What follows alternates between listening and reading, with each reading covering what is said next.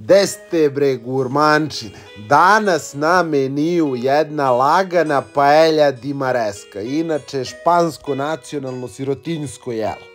Može da bude sa mesom, to je paella di carne, može da bude mikseta da je mešano, ali ja sam imao neke kvazi morske plodove, još to vruće, pa rekao daj da spremim nešto za ove što poste, da ne bude da sam ih zapostavio. Limun mora obavezno, dobro je ovdje služi da malo i prohladi, a i sve da ima nešto iz mora ide limun.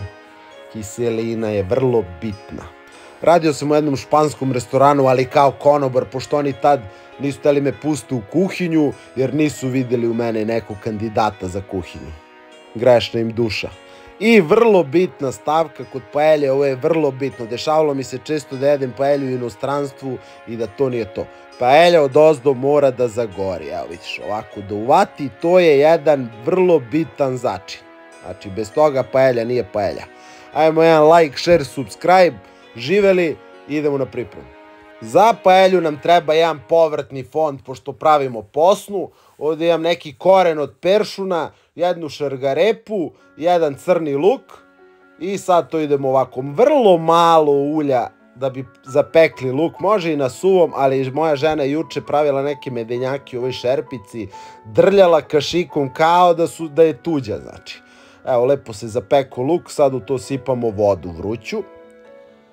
I onda dodajemo ostatak ovog povrća što smo naseckali i dodajemo malo so, biber obavezno i sad to pustimo lagano da se krčka. U nekom trenutku ako mnogo ispari i ovdje sam dodao sušeni celer.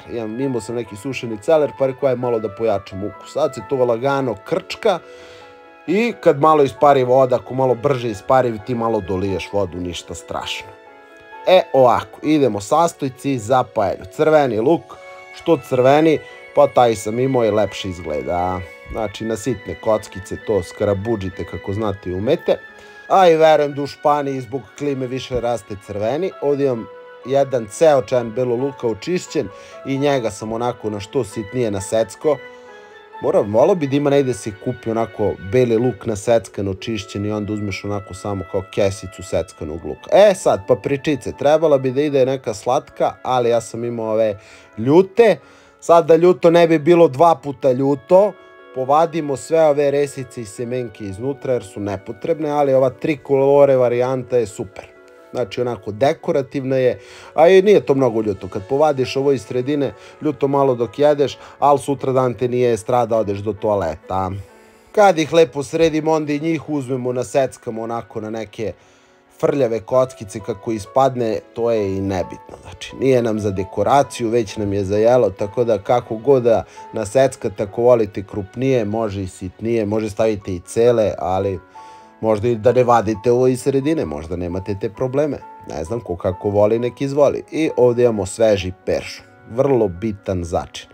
Ako nemate peršun, može korijander, ali preće da nađete peršun. Isto za sve što ide riba, ide i peršun.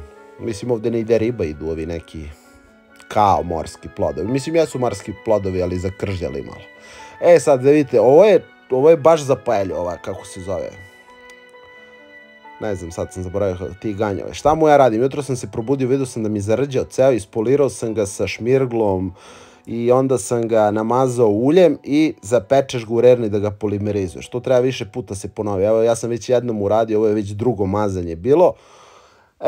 Fond nam se skuvao, sad ćemo da ga procedimo. Stavite 2 toalet papirčeta ovako da pokupi masnoću i ove što ne želite, ove sitne stvari da bi bio onako ne bistar, već da nema ništa sem supe. Vidiš kako se to lagano filtrira sad kap po kap. Da vam završim. I sad kako funkcioniše polimerizacija? Ništa, uzmeš, namažeš taj sud.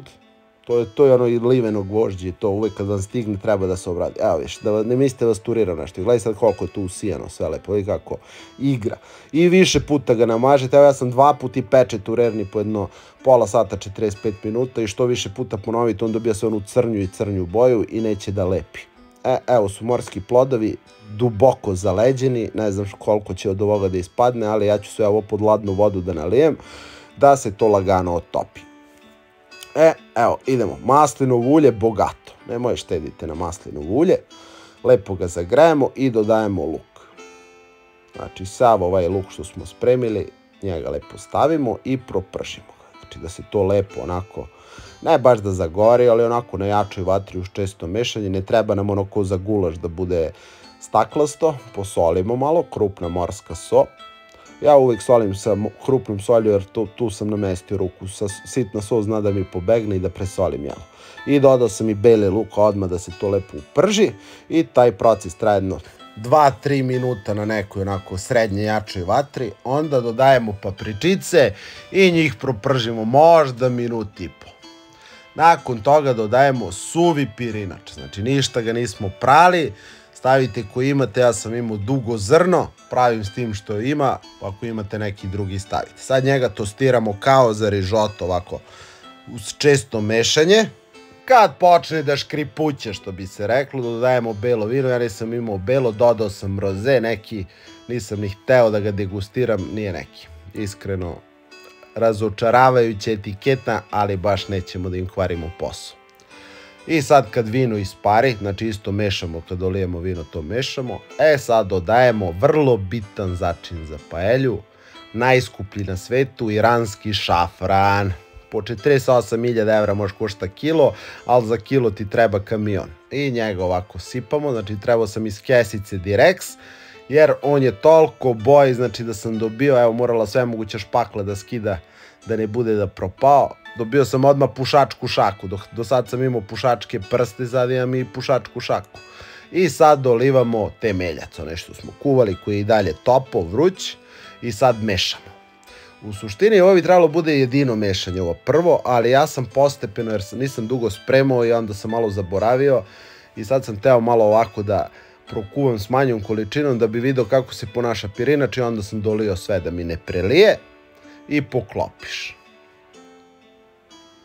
Malo neprijatne tišine, umeđu vremenu sam se setio, sam zaboravio peršun da stavim, koji je vrlo bitan tu da se stavi, i onda sam morao da napravim još jedno mešanje, koje možda nije bilo preporučljivo, ali nije se još ni skuvao pirinač, ovo znači setio sam se posle jedno minut i po i opet sam poklopio.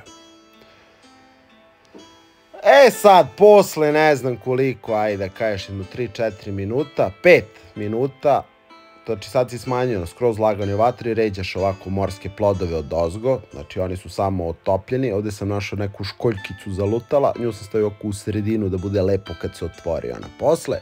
Znači ovdje imam neke kao gambore i neke kao dagnje, znaš, ko zna s koje stene guljene.